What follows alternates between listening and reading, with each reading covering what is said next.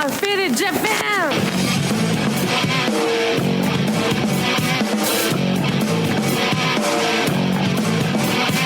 Yeah, all the time I'm in on business. I'm all about my business, but I ain't got no briefcase. Yeah, all I got's some whiskey. Open now the whiskey, bring it to you. Yeah, I'm leaning up against the door, and my feet set to the floor, and we're messing on go. Yeah, I've been in before. I'm a broken man, needing remedial lands. I'm all about my business. Let me love you till the morning. Let me love you till the morning, yeah. What's up, Fitters? Welcome to yet another action-packed episode of Got Fitted Japan, and I am your host, Johnny. And as you fine folks know, Got Fitted Japan is about two dudes, booze, Japan, and the news. And Faders, this is episode number 744. That's right, and Faders, before I move forward, I just have to give you an apology. A sincere apology from the bottom of my heart, because, as of recently, these episodes have not been getting out as regularly as I want them to. And, it's because of my great art exhibition, Tokyo Art Tank, which is happening in 2 weeks. Oh my gosh, Faders, there's just so much going on. It's 1 week. It's a 1 week exhibition with 26 artists in 5 rooms with a full bar. And on every single day, I have 1 or 2 events happening. For example, a film festival, yoga classes, drawing classes, painting classes, DJs, bands, poetry reading, jam sessions. There's just so much to do, so many things to take care of that it's really hard to get this podcast on. But this podcast is a project of passion that I've had for many, many years. And I'll do anything and everything I can to get it out as promptly as possible, so please bear with me. And with that out of the way, well, speaking of this podcast and this episode, this is a very special episode, Faders, because in this episode, I am not a host, I am also a listener. I'm going to kick back and listen with you guys. I'm going to sit back in my favorite drink. Holy smokes. That's how exhausted I am. Whoa! I'm going to sit back in my favorite seat and pour myself my favorite drink. There you go. That's what I intended to say. And yes, I'm going to listen along with you guys because in this episode, I am not the host. I am being interviewed by 2 other hosts. I was on the fantastic podcast Cat with Beard in Japan podcast starring Cat and Lady Beard, 2 wonderful people. This is a marvelous podcast. Please listen to it. Please watch it on YouTube. It's great. It's so educational. They talk about otaku stuff, Japanese culture. They interview interesting people doing interesting things here in Japan, including yours truly. So without further ado, let's give it a go. Peace. Was that an earthquake? Hey, podcast, get into Cathy Cat. Lady Beard coming at you with another sideburn shaving installment of Cat with Beard. We got my homie Johnny in the house. Hello. What's up, Johnny from the Got Faded Japan podcast? What's up, my man? Well, not a whole lot. I first want to say thank you very much for having me here. It is a pleasure to finally be on your show. Your show is absolutely spectacular. I've listened to a lot of your episodes. Thank you. Yeah, it's been a lot of fun listening to your episodes, and to be here is just great. Thank you so much. Thanks, brother. What a legend. So just for some context, Johnny is my old friend. We've known each other for 10 years now since I've been in Japan. So Johnny gave me my first ever opportunities when I got to Japan. So Johnny has a podcast. What opportunity was that? Well, for instance, I was interviewed on his podcast, and also you booked me my very first shows in Japan at that little hole in the wall in Asagaya. What's it called? Oh, Gamuso. Gamuso, yeah. Wow. Some of my first live shows in Japan, and you got them for me. Wow, I know that Got Fitted Japan was like your first time getting some major exposure in Japan, but I thought like you had a couple of other shows before we did Gamuso. Gamuso, the very first Gamuso I did was my first ever one, and then I did the Pink Cow in Roppongi, and then we come back to Gamuso, and that was the second one at Gamuso was the first time that was after I'd gotten famous, essentially, so that after I'd blown up on the internet, so that was the first kind of busy one. Oh, yeah. This man was very integral to the Lady Beard story. What a legend. All right, well, I don't know much about the boys club here, so I feel a little bit excluded right now. No, we love you. We love you. There's lots of love for you. I'm trying to look over your shoulder here right now. Sorry, so I got too please, excited. Johnny, explain to me, Yes. or everyone listening right now. Okay. Who are you? Explain What yourself. do you do? I'm Johnny, and let's see. What do I do? I'm the You can creator. It down for We you have in like case a you don't script remember. about yourself. Johnny explains bio in first 5 minutes. Okay. All right, let's see. I'm the host of the Cafe to Japan podcast. It's a podcast that's been around since 2009. It's the longest running, biggest English speaking comedy podcast, but it's not as good as the podcast that I'm on right now. Yeah, I know. I love you guys. I love You did that. You did that. Yep. I get free drinks. It's just boiled water. Yeah, it is. That's water. how we roll. It's hot water, but it was tea. But let's see. I do that. I'm the curator and creator of Tokyo Art Tank, which is a massive art exhibition that happens biannually here in Tokyo. Let's see. Other than that, I am the SPILT Inc. I'm an artist here living in Tokyo. That's pretty much mostly what I do. DJ as well. Oh, no, I was a DJ. I'm a retired DJ. And I was a DJ and I organized a lot of drum and bass and hip hop events here in Tokyo as well. I was doing that for about 10 years. Yeah, I do live painting at nightclubs all over Tokyo and Europe and a little bit in America. And yeah, and I'll do anything for $1. Hell yeah, what I'm talking about. Let's get it. And by the way, you've been in Japan for like 42,000 years, yeah? What? Before the dinosaurs, actually. Oh, right. I feel like I'm a dinosaur. Sorry. Anyway, so where you're from, how'd you end up here? Originally I'm from Michigan. I grew up there and then I lived in California. I went to college there and, let's see, I went to college there. I worked there for about 7 years and then I've been in Tokyo since, well, I first came to Tokyo in 1998, but then I moved here in 2002 and, I've been in this beautiful, wonderful country ever since. 22 years. 2002. Yeah, well, yeah, 1998 was much better than 2002. Oh, okay. Oh, yeah, the 90s in Tokyo. Oh, my goodness. Yeah? I mean, we discussed that a little bit on my podcast, but man, it was a different world back then. It was great. Let's see. Shibuya was a different animal. Shibuya was actually kind of a dangerous place. Really? Yeah. Oh, yeah, I know, right? The ghetto were Surprising. all like, yo, kind of like partying it up there. Oh, no. Well, yeah, there's a lot of parties, a lot of clubs, a lot more clubs, actually, different kinds of clubs. And yeah, the west side, the Dogonzaka area, people will be like, yo, if you go to Dogonzaka, you got to watch your back, What? And then they're like, whatever you do not go to Kabukicho. Kabukicho, oof, dangerous place. And I'm like, really? Kabukicho and Shibuya. I know, yeah. Shinjuku still has a bad rep, though. They got bad reps, but I mean, there's like a Starbucks in every corner. Sure is. Fair enough. It's gone a little bit safer. It's very touristy now as well. Yeah, but Super I wouldn't say touristy. it's still super safe. It's a little bit dodgy. Yeah, but compared to Detroit, I don't know. It's a different animal. Oh, fair enough. Yeah. Hang on, right. So Shibuya was sketchy. Yeah. Shinjuku was super sketchy. Well, tell us more about the United States. You said it was awesome. So all I've heard so far is it was dangerous. Boy, I live in the sketchy. So yeah, it was fantastic for me. All right, very good. Question: why Japan? That's like, why were you interested in Japan in the first place? Oh my gosh, how much time do you guys have? Oh. Let's see. Well, when I lived in San Francisco, I had 2 Japanese roommates. And because I had 2 Japanese roommates, always there's a lot of Japanese kids in my apartments. And back then I was a DJ. And so when my 2 roommates would have all their friends come over, basically they would come over, I'd play records, we would have fun, and we'd just enjoy our time together. And through them, I met a lot of Japanese kids. And I started organizing nightclub events at that time When you say kids, sorry to interrupt. When you say kids, you mean young adults. You don't mean small children. Yeah, of course. Okay. Yeah. I was like, just making it 100% kids in my apartment. sure. I'm like, just a It was second a now. daycare. Wait a minute. Yeah, It was a daycare. Yeah. All right, so you got all your Japanese bros are hanging out in your pad. Yeah, all my homies, right? So like everybody is 18 plus age, right? Good. So yeah. When I say kids, that's what I meant. Okay, good. All right. What's our demographic, by the way? Well, you're using this word kids for crying out loud. That has a variety of meanings. Okay, all right. Young adults. Okay, so we'll leave it at that, young adults. And so through them, I started meeting a lot of other DJs and so on. And before I knew it, I was like kind of big in like this, the DJ, I guess, world in San Francisco. I was organizing nightclub events, raves, all sorts of parties. I put myself through college by organizing raves and clubs and stuff. And I booked a ton of Japanese DJs. And I just met so many people and producers, promoters. I met tons of famous skateboarders, producers and scratch DJs. I used to scratch back then.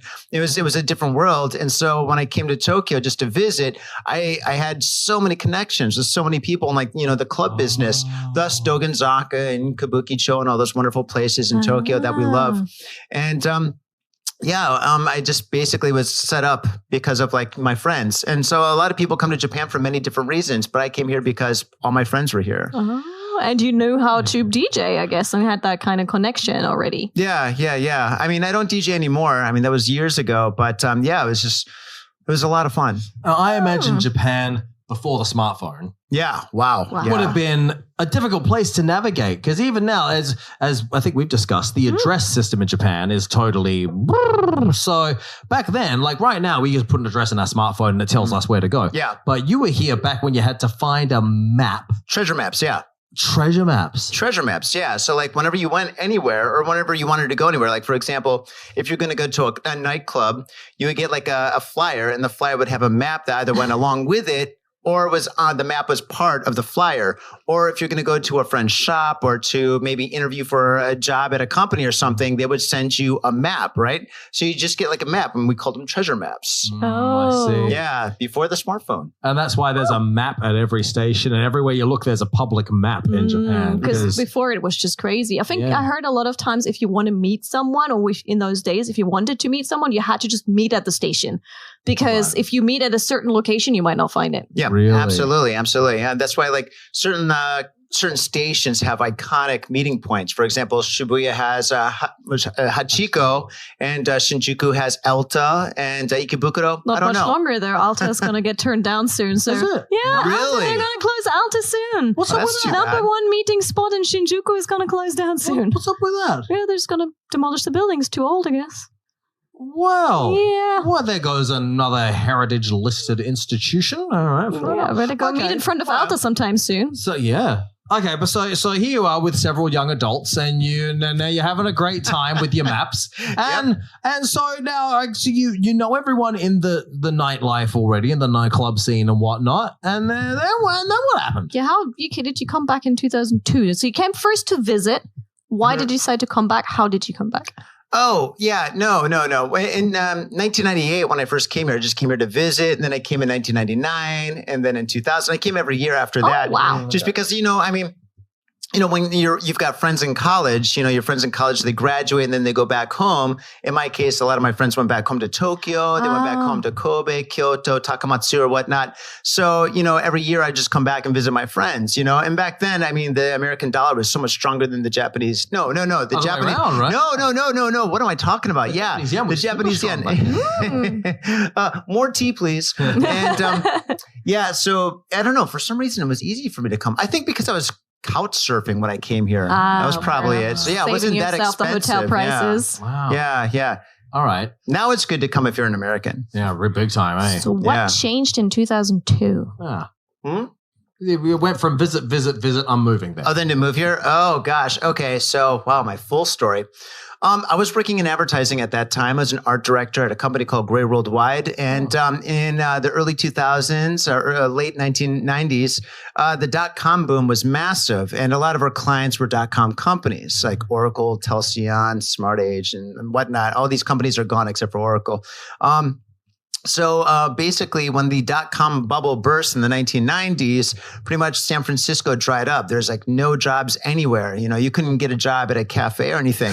Luckily for me, I was DJing and I was organizing nightclubs and stuff like that. So my day job went away, but my night job was there. And I did that for about a year, just organizing events. But after a year of being a hardcore like event organizer, it just becomes repetitive where you're up all night, you sleep all day, you just DJ, and don't get me wrong, it was fun, but I just didn't see my life going anywhere at that point, And one of my really good friends, Taka, aka Satari One, shout out, he said, "Hey, John, why don't you come out to Tokyo and just do what you're doing over here, and we could get you a job at Kawasaki FM. It'll be great." And I was like, "Yeah, sure, let me try it out." So I came out and I stayed.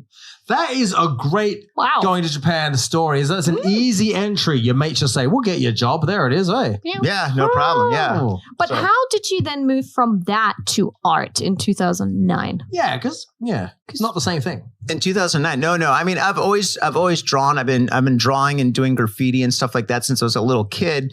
And when I was working in advertising, I was an art director, and an art director creates the art and the conceptual design of an advertisement, be a commercial or print, or back in the day we had newspapers. So we did a lot of that. I did a lot of highway designs and stuff, whatever. So highway design, when you drive on the highway, you get the big sign that goes by, like a billboard. Billboard, yeah. Oh, okay. So anyway, I did that. So all art directors love art. They go to a lot of art galleries and stuff like that. And since I always drew and I always just did that, and I don't know, I just did my own thing. And after a while living in Tokyo, I would just draw and I met some artists. I met a lot of artists. The music scene here and the art scene kind of go together.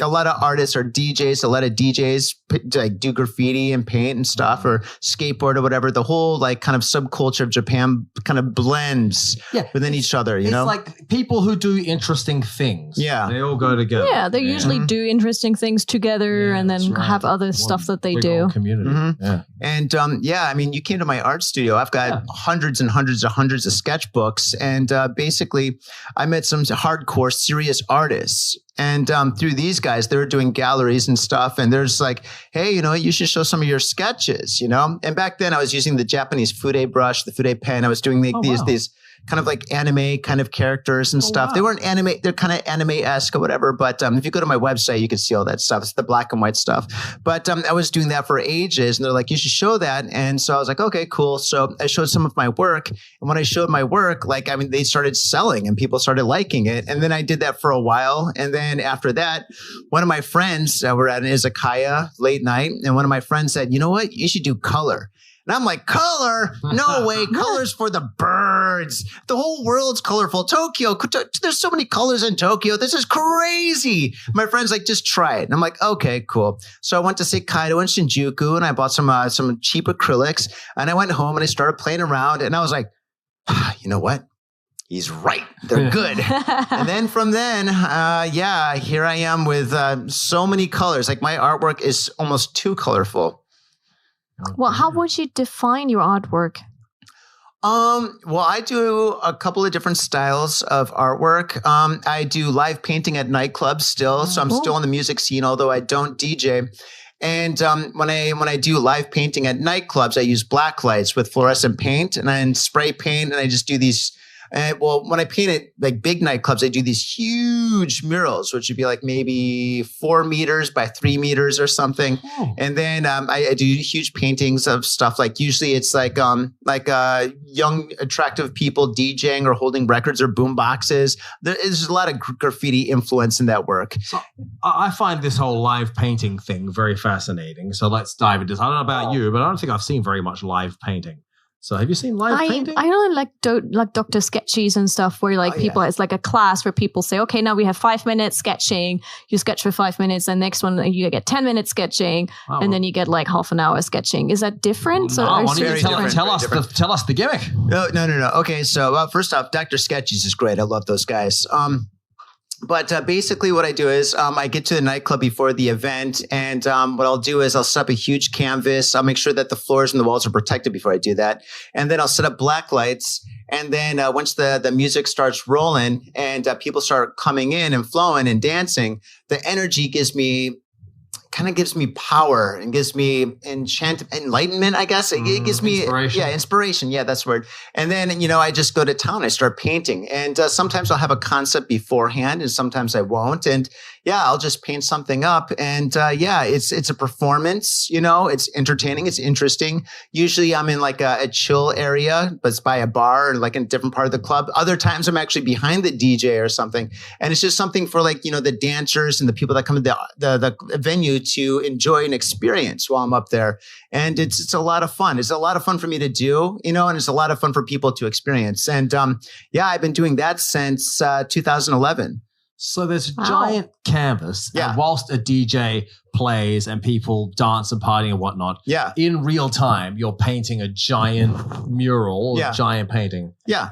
Okay, it's very interesting. Do you know about this? I don't think I've ever seen this happen in real life. I was like one of the first to do it. Really? Yeah. In human history? No. There's people in San Francisco doing that at hip hop clubs, right? Hip hop clubs and reggae clubs. They're doing that a little bit, you know. And when I came to Japan, there was some of my friends that are actually doing that. Some guys that actually are ex-Marvel No joke. cartoonists. Wow. Yeah, like Sig and Masa and whatnot. But yeah, so they were doing that, but they were doing it with lights, like bright lights. So I'd see them at a club with like the bright lights, right? And I was like, man, you know, if I ever did that, I'd have to use black lights. Wait, hang on. With bright lights as in with spotlights shone onto the work? Yeah. Okay. Yeah. Black light, let me just check. Black light is like fluorescent light that makes the colors pop more. Is that correct? Same thing, yeah.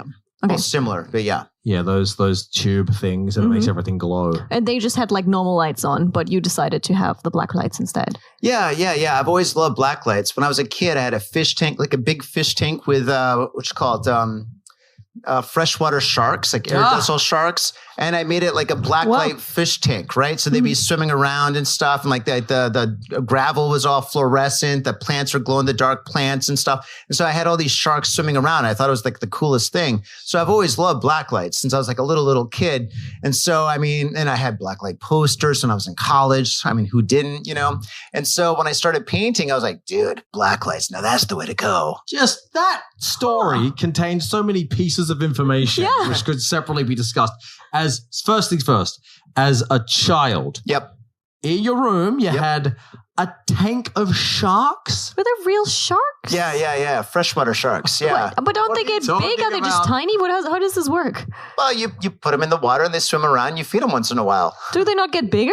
They do get bigger. Actually, the cool thing about sharks and most fish, actually, they only get about as big where they feel comfortable in their environment. So if you have a big aquarium, the fish will get big. You know, they'll get super big. Goldfish too, you know? But if you have a smaller aquarium, in my aquarium, I forget how big it was. It's maybe, it could fit on this table. I think it would be fine. It's a small one. I imagine this long thing. Yeah, your sharks stay tiny shark? No, baby shark? no, they're like this big. They're about as big as like, here. That big? No, they're about as big as your middle finger. What? As big as my middle finger? Yeah, about that big, How is that a shark? That's like a tadpole. Well, sharks are all sizes. You know, there's like thousands of different species of sharks. You get a baby shark. I had no idea. Iridescent, rainbow. Yeah, there's a whole bunch of them. Yeah. Rainbow shark? Rainbow sharks. Yeah, you could Google it. Yeah, they're freshwater sharks. I mean, you could also get saltwater sharks. And actually, there's a skateboard shop in Osaka that sells like clothes and skateboards and all sorts of cool stuff like that. And they have a huge fish tank full of saltwater sharks. And those things are big. And the cool thing about sharks is, oh gosh, you're going to get me started on sharks. Sharks are awesome because they don't have a gas bladder, which means they constantly have to swim around for them to breathe, right? So if you get a fish tank full of sharks, they're always moving around, always swimming, right? It's really cool to watch them, right? If you get a goldfish just stays there. And you're like, move, do something. Be cool, you know? But sharks, yeah, they're always swimming. They're always moving.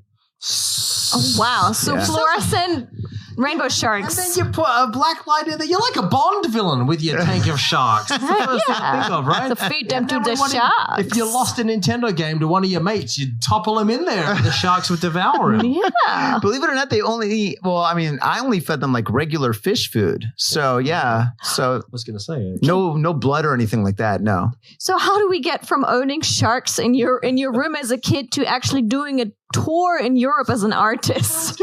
Black lights, my friends, black lights. It's all about black lights. Okay, that was just like that's your kind of branding, you love black I guess. Lights. Love black lights, yeah. All right, and so you saw these dudes doing live art with non-black lights, white lights, and then you said, nuts to that, I'm going to do it with black lights. Yep. And someone said, okay, and you started doing that, and it was a hit. Well, what happened was I didn't want to do it when they were doing it because the thing is they were my friends and I didn't want to copy them or anything like that. So the guys with the bright light. Yeah, the guys with the bright lights, right? So, but they're not copying them. You're doing it differently. I was doing it completely differently, but I just felt awkward being like, all of a sudden, if I started painting, you know, like at nightclubs or whatever, I didn't want to copy them or kind of be like, you know, like a rip-off artist. Exactly. Sure. So, but then they moved from Japan, and one of my friends who organized huge drum and bass events called Drum and bass sessions, DBS. I was talking to him over a cup of coffee, and I just said, "Hey, man, would it be okay if I painted at your event?" And it was at Club Unit in Dakanyama, huge club, massive club. And he's like, "Yeah, you could do that sometime." And I was like, "Yes, that's awesome." But before I was going to do that, I was like, I got to practice, right? So I practiced a lot in my bedroom. So I was like, I get late at night. I've had my black lights rocking. I paint like in my bedroom, these like big, like not big, but these little paintings and stuff. And then my friend Charlie came over, right? And my friend Charlie is also a nightclub organizer, but he does like drum and bass. No, he does techno. I think he did at the time.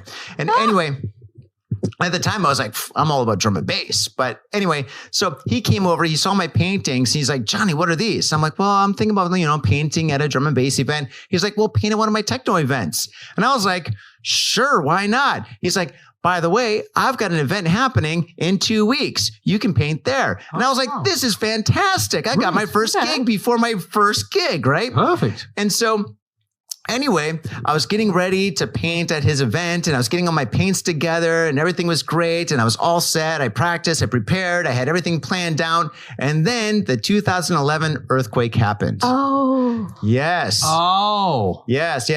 And so basically that happened on a Friday at around like 1 p.m. or something. And the event that I was supposed to paint at was on Sunday. And this is a huge event at a club called, a big club in Shibuya, right?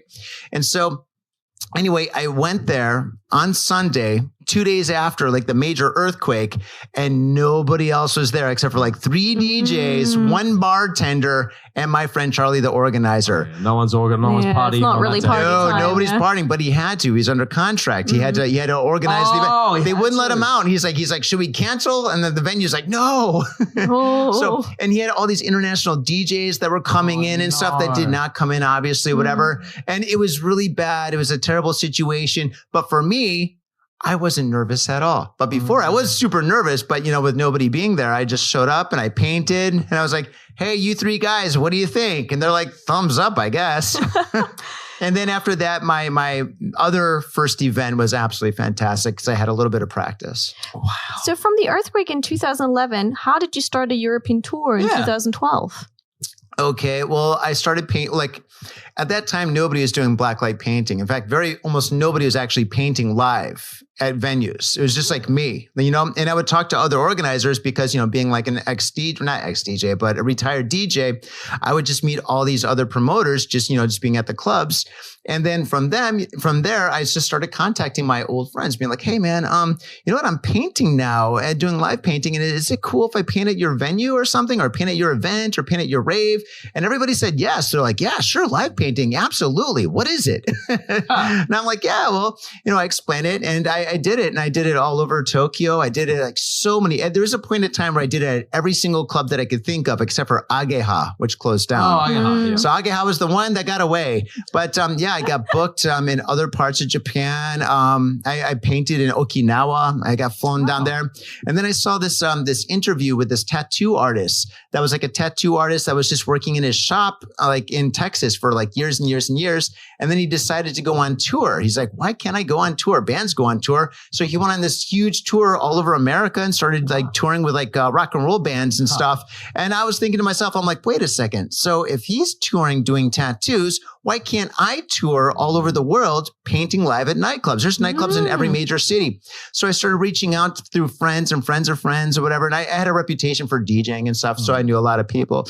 And so I contacted friends and I contacted people through Resident Advisor, and almost everybody said yes. They're like, yeah, sure. This sounds like a great idea. And then through these German guys in Berlin that organized this event called Beat Freak, they're like, yo, we're going to hook you up with a tour. Now I was like, oh yeah. Right. So then from there I had a tour, and I painted in Greece and Athens. I painted in Berlin. I painted in Amsterdam, Paris. And I did that almost once or twice a year until the COVIDs. Wow. It's very impressive. So you're a touring live painter, a touring nightclub blacklight live painter. Say that 3 times. Wow. And so one thing I'm a bit, if that's okay to ask. Sure. I think some people listening to this is that like paying the bills?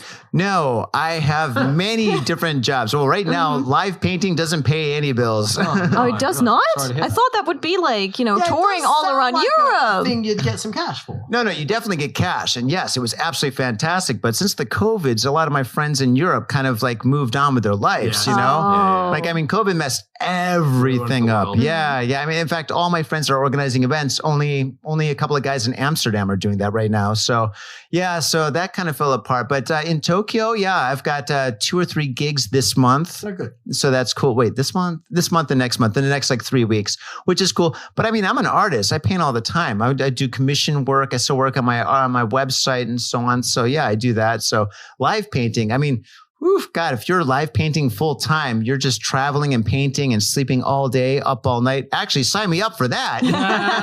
It's the same lifestyle as being a DJ, isn't it? It's the exact same thing. Pretty much. But you work a million times more. Of course, it's because one painting over the night takes how long? Depending on the size, anywhere from 4 to 8 hours. Oh, 8 hours? Wow, that's so like through the night until the morning then. Oh yeah, I'm first to arrive, last to leave because I got to clean up and set up and all that stuff. And it's part of the job. It's a lot of fun, you know. Are there? Sorry. I have a question though, because painting at clubs where people are, quite merry. Enjoying life. Yeah, enjoying life. They There might be a love little bit life. Yeah, what's the word for it? Uninhibited. Inebriated? Oh, inebriated. Yes. Inebriated? Oh, that too, yeah. I'm sure there's some funny stories about you trying to paint and like drunken people trying to do something. Is there any kind of funny story you got? Well, gosh, every time I go to Europe, I almost die twice. What? Died twice? I'm not sure if that's a funny story. Every single time, yeah. No, I'll be honest. Most people are very, very, very respectable. And yeah, they're very nice and very kind, especially in Japan. Japan's like the best place to paint in. Usually in Germany, somebody will come up. Somebody come up and be like, "Where's my paints?" I'm like, "I don't know." No, you're painting. I want to paint too. And I'm like, no. And but I mean, that's only happened a couple of times. But when I paint live these days, I try to have like a barrier or something, or I'll be on stage or something. I've had some not issues or any problems, but it's just like somebody wants to paint too. They're like, "I am the most famous graffiti artist in Berlin. You must let me paint." And I'm like, "No." Oh, really? No. Not your gig. I've got a contract, man. Are there rules about what the painting needs to go from and to? Like, do you have to have the whole wall finished by the end of the night, or is it just how it ends up is how it ends up? How it ends up is how it ends up. Hopefully it ends up in somebody's hands. So you sell it at the end of the evening. Yeah. Or like halfway through, somebody wants to buy it and they'll like name a price. I'm like, "Oh, it's sold." Right, really? Yeah. Okay. Okay. So it sounds like, it's that is definitely, I mean, of course, I was going to say that's a job for an artist, isn't it? Everything is just no rules. I'll sell anything. Amazing. I like the idea of like just on that night you sell it straight to someone so they have that memory of that night. Maybe that's when they met their partner or something. It's like a different version of taking checkies, isn't it? Yeah, or it's also like a different version of our first song. Yeah, if there's something, a couple gets together that night, they saw you paint, you took that painting home, that night is now forever a picture in their living room. First live blacklight art piece. Yeah, absolutely. Actually, I think it was the last time I went to Berlin, I painted at this wine club and there's a couple there and I kind of knew the dude. And anyway, we're hanging out and stuff after I finished the painting and stuff. And they're like, "Oh, in the morning, you should come over to our place and have breakfast." I was like, "All right, cool." And then his girlfriend wanted the painting, right?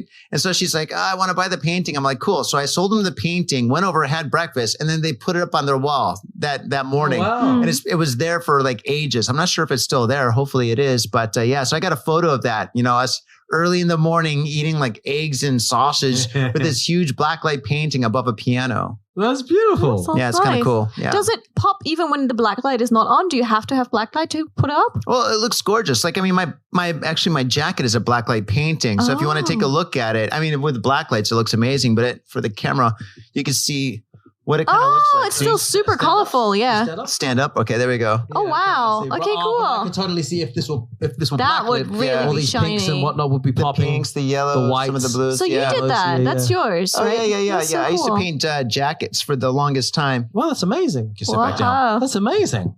Nice. So, now we can image it a bit better as well. And now tell us about the podcast, because you've been podcasting since before it was cool. Yeah, I started podcasting before Joe Rogan did it. What? Someone's getting sued. Holy moly. Well, Yes. yeah, I should sue Joe Rogan. Yes. Yeah. No. Let's see. When I came to Japan, I worked at Kawasaki FM for a bit. I worked there for about a year, and it was a lot of fun. Me and my friend, we had this show called Livewire, where we spun drum and bass records, and we talked about the records, and we interviewed other DJs and stuff. And it was a great window for us to like kind of get involved in like the drum and bass and the music scene here in Tokyo, and that was cool. And then through that, once that finished, I just wanted to do that more and more and more, right? And then after about 6 months to a year, one of my friends introduced me to podcasts. And at that time, everybody asked, what's a podcast, you know? Oh. So I was like, okay, cool. I learned what a podcast was. And I was like, how do I do this? And so I started listening to podcasts. And at that time, there's like the Lunatic Radio, Mediocre Show, Sick and Wrong. And these are big podcasts at that time. Right, okay. And then from there, I started trying to like figure out how to make my own podcast. And after a little bit of research, I learned all you need is a computer and a microphone. And from there, I started my podcast called Got Faded Japan. I did that with my friend. And we basically just interviewed people. And we talked about the Japanese news, the interesting, wild, and zany Japanese news that happen every week. And that's just basically what we've been doing ever since. And so it's just you know, two friends getting together, drinking coffee and talking about the news. All right. Yeah, I remember the first one I did with him, we talked about the news. And on that particular week, there had been a case out west somewhere where a gentleman had been arrested because he was breaking into apartments and stealing ladies' underwear. Oh, no, yeah, Japanese that happens. news for you. Japanese news, welcome. It's very Japanese. Yeah, news. we don't even cover those kind of stories anymore. What? So if you're interested in some not news covering, the Got Faded Japan podcast is the place not for that. That's true. It's amazing. You were going to say something, please. Yeah, how many episodes we have so far? Well, the last episode that we had was with Lady Beer, and that was episode number 741. 741. That's Bam. right. Here we are so pleased with ourselves for 100. for 100. 741. Somebody Oh my stop me. gosh. Well, we used to do it every single week, you know, and then actually within the last month or so, we're just now doing it once every week or every 2 weeks or so. So That's tremendous work, my friend. Every week for 15 years? yeah. So for about that, yeah. Yeah, it's tough. Yeah. Good luck, guys. That Little is- tongue. Yeah. Wow. But I mean, it's just like, it's not just like podcasting and art. I also do a lot of other stuff but the thing is like when I do podcasting, it's combined with the artwork. And when I do the artwork, it's combined with all the other stuff that I do. So everything that I do is kind of like spider web together. Really? So yeah, like, you know, my art exhibitions and stuff like that. And the art exhibitions right now, that and the podcasting is going together like, I guess like sushi and wasabi. Why don't you have a little plug and tell us about your art exhibitions coming up? Oh, my art exhibition. Okay. Well, I'm the organizer of Tokyo Art Tank. Tokyo Art Tank is an all-inclusive art exhibition. And every 6 months, we have a huge event at Gallery Conceal. Gallery Conceal has 5 rooms plus a cafe, and it is absolutely insane. We have all sorts of artists, from painters to sculptors to photographers, and every single room has a different kind of a theme, but every single room gels with the next room. So when you come in, it's kind of like a story where you go into one room and you see some stuff that's a little bit more adult. Then you go into another room where everything's a little bit more anime, and you go into another room which is more enchanting and spiritual. And it's like there's a little something for everybody. You know, it's a great place for people to come and just kind of enjoy the best of art that Tokyo has to offer. It's a week-long art exhibition. And a cool thing about Tokyo Art Tank is it's all free. Entering is free. And every single day we have cool events which are completely free. We've got poetry readings. We've got a film festival.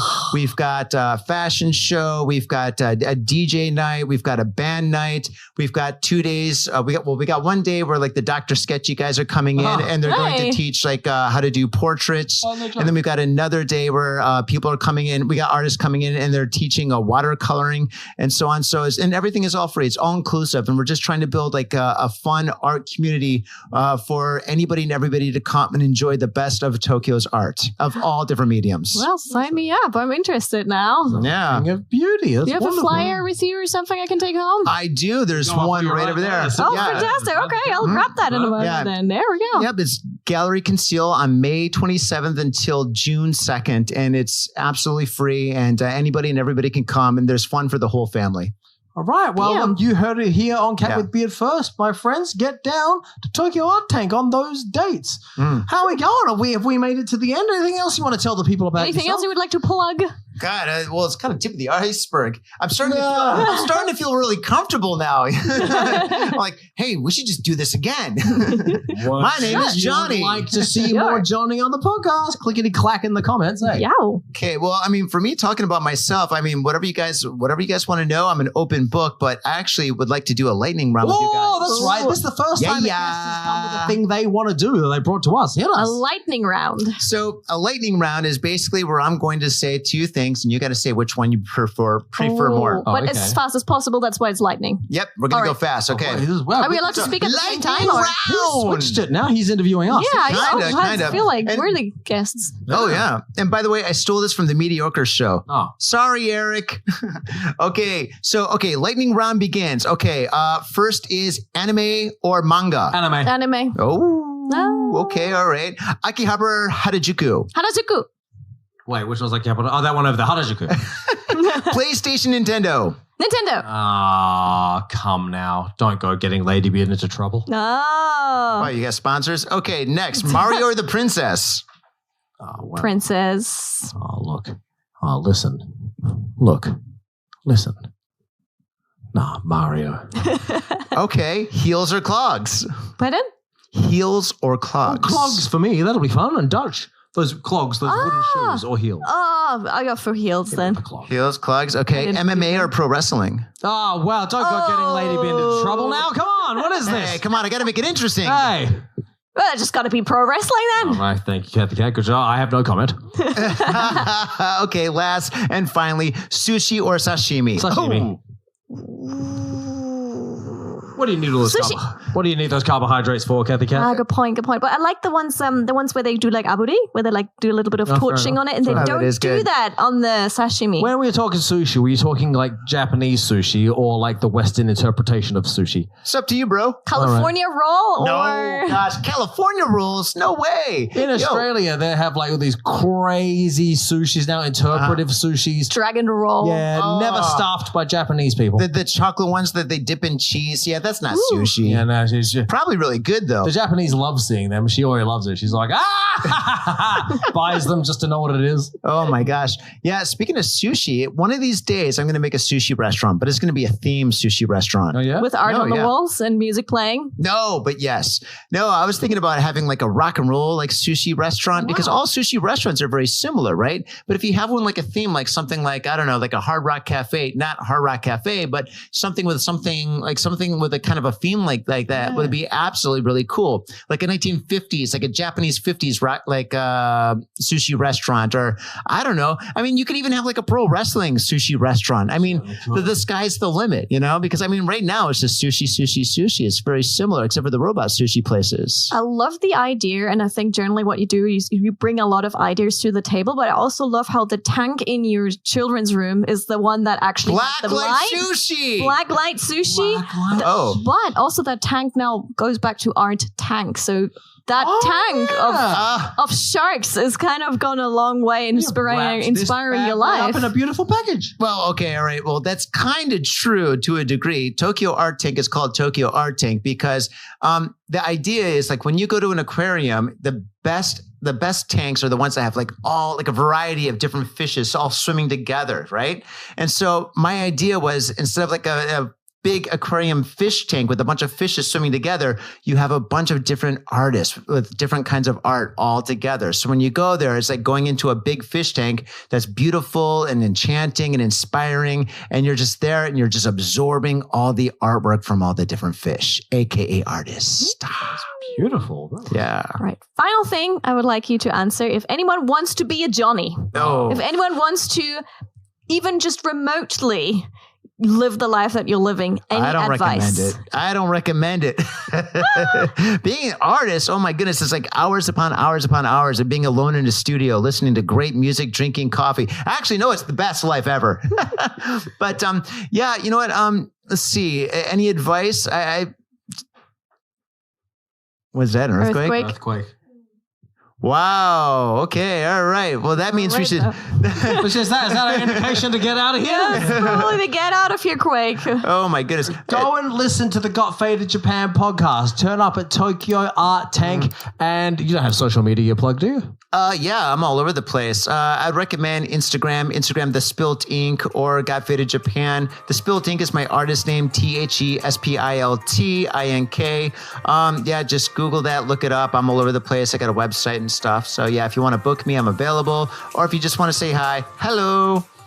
Awesome. Yeah, fantastic. And on that note, thank you all for joining us. We'll see you next time on another joyous installment of Cat with Beard. Bye-bye. Bye. See ya. In Tokyo and craving soul food, we've got just the place for you. Soul Food House in Azabu-Juban. Check out what we do at soulfoodhouse.com. Come by and taste the love. We look forward to feeding you. Are you in Harajuku with some out-of-town friends or your family or significant others? Yeah! Do you want to chill and drink beer and eat sandwiches while your friends overpay for glitter unicorn socks? Yeah! And the flavor's gonna make you complete at Harry's Sandwich Company. So come on down to Harry's Sandwich Company in the heart of Harajuku, right off Takeshita Street. See you there! Yo, what's up, Faders? Got Faded Japan has got a new sponsor. Our new sponsor is Gamuso Bar, located in Asagaya, Tokyo. If you're kicking it in Tokyo and you want to get your groove on, get your fade on, you better get your ass down to Gamuso. Gamuso is located in Asagaya. It's about 11 minutes from Shinjuku Station on the Chuo line. Gamuso has weekly bands, weekly performances. And hell, if you got your own event and you want to hold it at Gamuso, we'd love to host you. So contact Gamuso at www.gamuso.com. That's www.gamuso.com. That's right. Gamuso has not only beers in the bottle, but beers on tap. We've got every drink you want. So come on down to Gamuso. Gamuso. And if I'm working, tip me. Have your attention, please. Attention. Hey, yo, what's up, Vaders? Johnny here. You know I love booze and news, but I also love art. So come on down to thespiltink.com and check my art out. I've got tons of stuff there for you to check out. And I've got paintings, I got prints, I got videos. And I tell you what, if you like a painting, I could probably sell it to you. And I tell you what, if I can't sell you that painting, I will definitely sell you a print. I've got prints of all my work. Prints are about 2,000 yen each, about $20. But if you buy two, you get the third one for free. So come on down to thespiltink.com. Yo, and on top of that, I'm looking for commissioned work.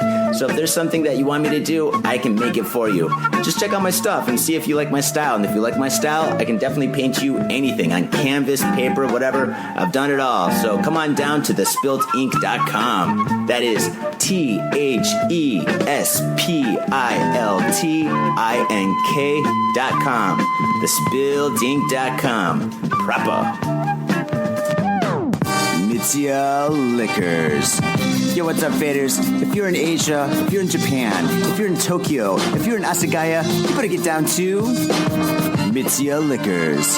That's right. For the most affordable prices in Japan, you can get over 300 different kinds of beer. That's right, over 300 different kinds of beer. And of course, they got all the shochu you need, all the sake you need, and of course, they got wine from California to Italy to France to New Zealand. They got it all. When I say they got it all, they really, seriously got it all. There's no joke about that. So get down to MITSUYA Liquors. And if you go in there and you say, got fitted Japan, you will be more than welcome to go into their back room and drink those beers that you just purchased. That's right, got fitted Japan at MITSUYA Liquors. And 3 times a week, they have a sushi chef there. So get your sushi on, get your drink on, get your fade on, and come on down to MITSUYA Liquors, located comfortably in Asagaya, about 5-minute walk from the station. MITSUYA Liquors. My little brother, a goddamn shit-sucking vampire. Will you wait till Mom finds out, buddy? I've got a government job to abuse and a lonely wife to fuck. As far back as I can remember, I always wanted to be a gangster. God, the pressure! I can't take it! I can't take it! I can't get to it! You sure I should use, man? We're going drinking! We came, we saw, we kicked his ass! Your move, creep. Man, I will never forgive your ass for this shit. This is some fucked up repugnant shit.